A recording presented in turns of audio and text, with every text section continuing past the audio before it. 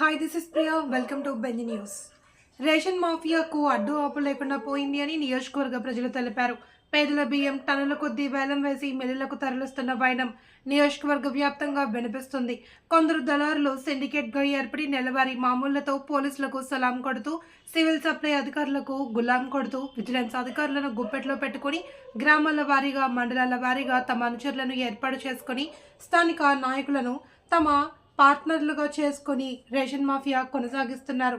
గ్రామాలు దాటి, మండలాలు దాటి, జిల్లాలు దాటి ఎన్నో చెక్ పోస్టులను ఎదుర్కొంటూ రేషన్ బియ్యం 3 పువ్వులు 6 కాయలుగా వ్యాపారం మాఫియా కన్సర్నల్లో జరుగుతుంది అని స్థానిక ప్రజలు, నిపుణులు బహిరంగానే మాట్లాడుకుంటున్నారు.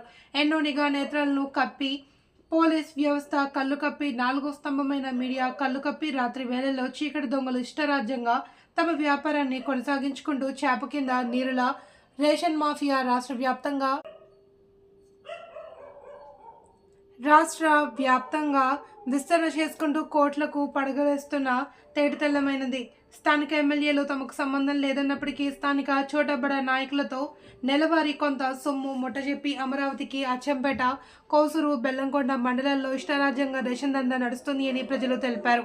నియంత్రించాల్సిన వ్యవస్థ నిమ్మకు నీరెత్తినట్లు కూర్చోవడంపై పలు విమర్శలకు తావిస్తుంది.